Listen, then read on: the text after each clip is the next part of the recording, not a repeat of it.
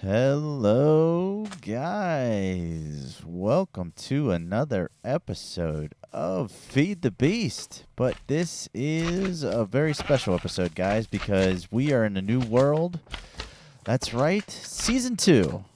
I couldn't get a copy of our world quick enough for me to not play Feed the Beast, so I've gone ahead and started a new one. Now, if you can see by my hotbar, I've been playing for a while. I don't want to bore you guys with all the startup nonsense that comes with the new series.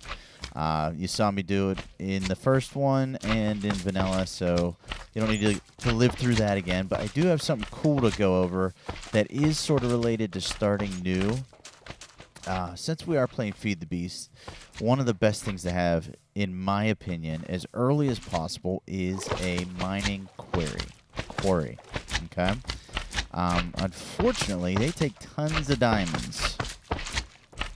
And where the heck are these slimes at? Ugh. I know. I'm in a swamp again, and I'm complaining about slimes. I should have learned my lesson, right? So, real quick, let me just go over here. I set up a miniature base camp that we're going to use for a little while just to get on our feet. Basically, we're going to rip it of all the resources that we need, and then we're just going to abandon it and let the swamp consume it again. Let it sink back into itself. But, yeah, because there's a lot of basalt here. This is a good resource. We've got trees aplenty. I went and got some cactuses for a little slime defense that I have set up. But I am getting extremely sidetracked. All right, what I want to talk about, like I said before, one of the first things that I strive to get is a quarry, because then that takes out all the need for mining for the most part. Well, the problem is, like I said, quarries are extremely expensive. They take multiple diamonds. I think it's 10 diamonds because you need 2 diamond gears. 11 diamonds because you need a diamond pickaxe. So my solution, of course, is going to be a mining turtle. All right, I named him number 1, N-O-1, number 1 mining turtle. There's going to be plenty more where that comes from. But what I've done is I've written a program called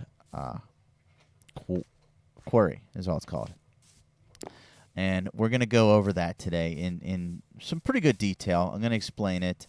It is a little bit more advanced than what I did back in my Tech It series, and even the strip mining and branch mining programs that I covered in last season's Feed the Beast.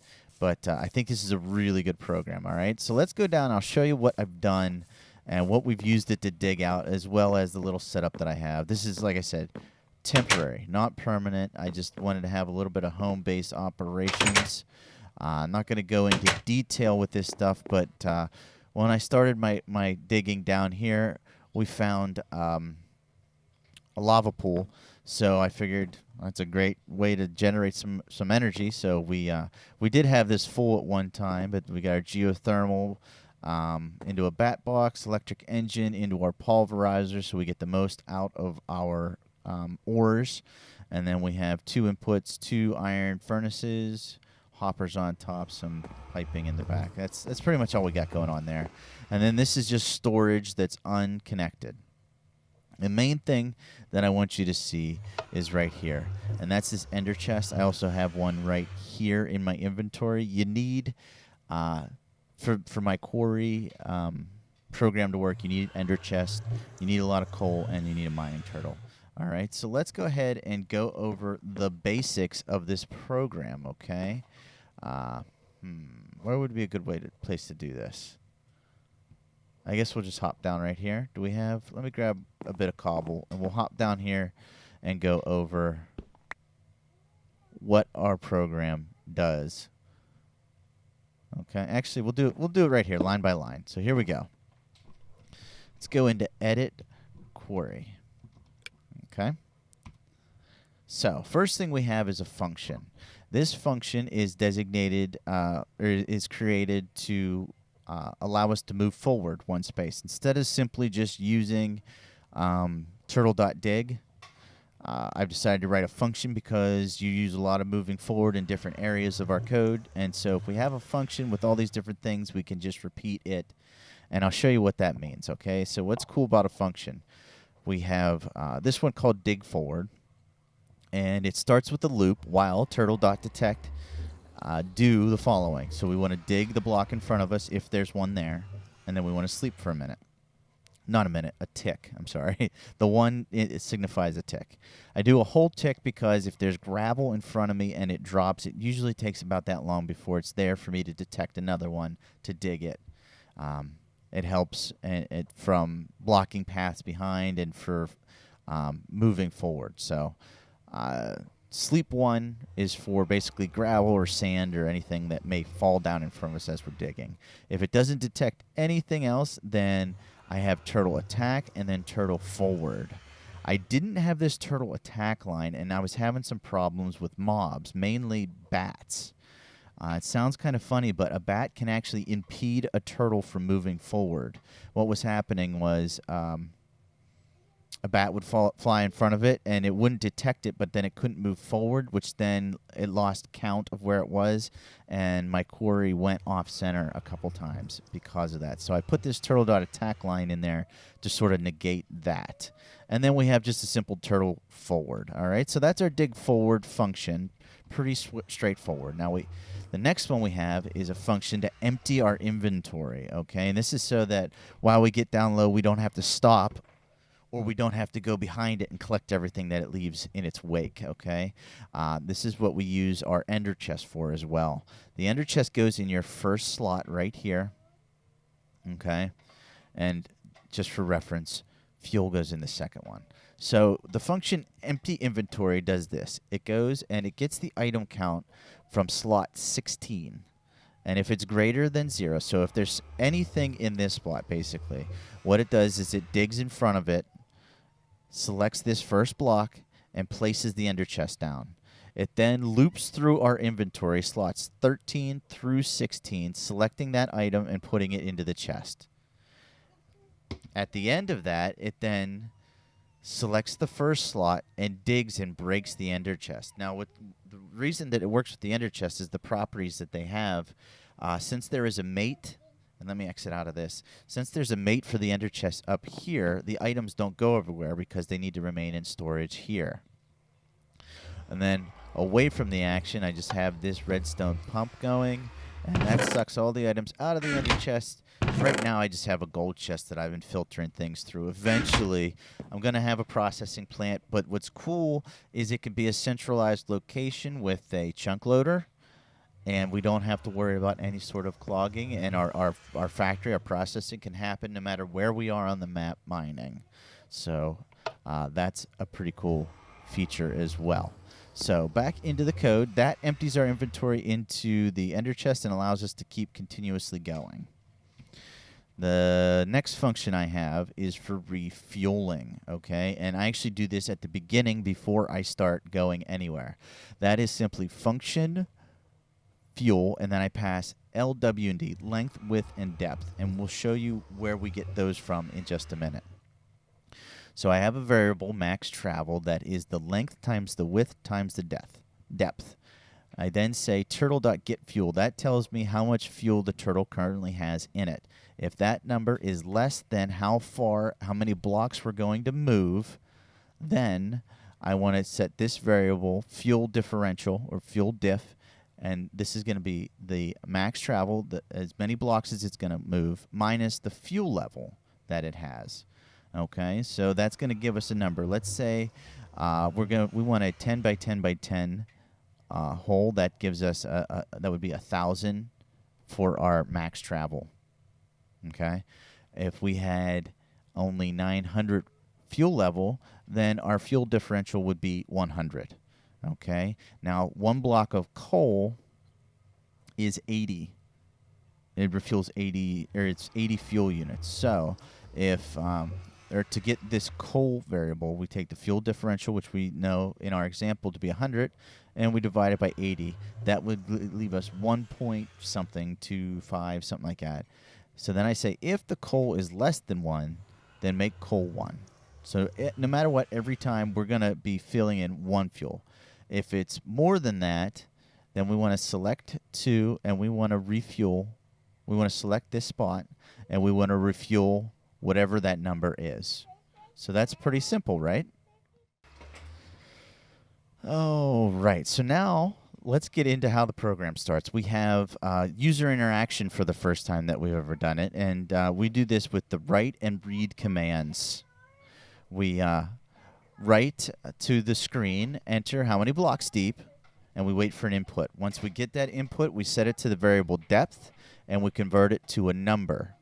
So what it is we read the input with read in parentheses, then we convert that to a number, and that gets assigned to depth. We then repeat that process for how wide and how long, or the length of the quarry that we want to build. We then use our fuel function from earlier to see what the fuel levels is based on the size that's been requested. Okay, and then we set all these variables. We set an x width, an x length, and an x depth, and we'll explain why. And then we also say direct R. The reason for that is we start our quarry off in the bottom left portion, and the first turn it's going to make is going to be a right turn to turn around. Okay? All right. So then, after we have our variables declared, we're ready to move into the body of our program.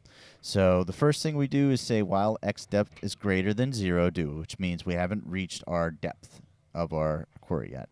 We then say while the width is greater than 0, and while length. So basically we're going to be saying we want to cut each layer and then go down 1, each layer go down 1. First thing we do, after we get into the length ready to go forward, we want to make sure our inventory space is clear by checking the 16th inventory spot of the turtle and then calling empty inventory if that is greater than 0. All right, we then call our function dig forward, and we increment the length variable. That continues the loop until we reach the end of the row. Okay, once we reach the end of the row, we want to subtract 1 from our width. We want to reset our length variable, and then we want to, here's where we turn, okay? We initially set our direction to R, so that means the first turn we're going to make is a right turn. We're going to dig forward 1 with our function. We're going to turn again, and then we're going to set direct to L. Okay? So then, if it's not R, meaning that it's the next time coming back, we're going to turn left, dig forward, turn left, and set it to R. And they're strings, so we designate that they're not numbers by using quotes around them. Let's see, the next thing. This is now saying that we've completed the length and the width, and we're saying that we need to go down to the next level. So we see if there's something below us with turtle.detect down, and then turtle dig down. Simple enough. The turtle then moves down and turns right to turn itself around. We reset width, we subtract 1 from the depth, and that's the end. Once this loops through all the items that we have set up, we have a little bit of code here to have our turtle raise back up to where it began. Okay, it's pretty simple. Let's go ahead and run through what it does with just a small example, okay? All right, guys, so we're back up here at the surface, and let's show you real quick how this works with a small example. I don't want these episodes to run too long because I think this series and this season, we want to keep them around 20 to 25 minutes. Hopefully, I haven't gone over that yet already, but this is how our Quarry Turtle program works, and this is pretty good stuff. So enter chest in the first slot, our coal or any fuel in the second slot. I'm going to use coal, and then we just type our program name, Quarry, enter. How many blocks deep do we want to go? We're only going to go a couple deep. We're going to do, why don't we make a 3x3 cube? We're going to go 3 down. How many blocks wide? We're going to go 3. And how many blocks long? We're going to go 3. And we're going to run it. So it's going. It's detecting if there's anything here, and it doesn't have anything. So then it's going to go down, right, and then it's going to go this way, and it's going to break these blocks. Get to the end, turn, dig forward, turn, dig forward. See if you can follow along with the code here. Gets to the end, turn, sets direct to L instead of R. Dig forward, down. See? And I mean, it's really small, but that's what the program does. Now let's see if I can fill this up real quick. I don't think we're going to have time to be able to. No, we didn't get the inventory full up in time to see how that works. But then it returns back up to the top. Pretty cool stuff, right? Let me show you real quick what happens if it digs long enough to fill its inventory space, all right?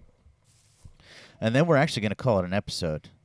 But let's do this real quick. All right, so we have it set up again to run. We've got the inventory almost full. We're going to put a cobble bit in that last piece and see what happens once it's running, okay? So Quarry. We're going to do the same thing we did last time. We're going to do 3, actually, well, not 32, 3, 4, and 4. All right, is it going? It is. All right, let me get out of the way and select it again. Oh, dang it. Select it again. There we go. All right, now we're going to see what happens whenever that gets full. Okay, that inventory spot's full. Let's fill in the ender chest up with its inventory. And then it breaks it, gets it back into its inventory, and keeps going.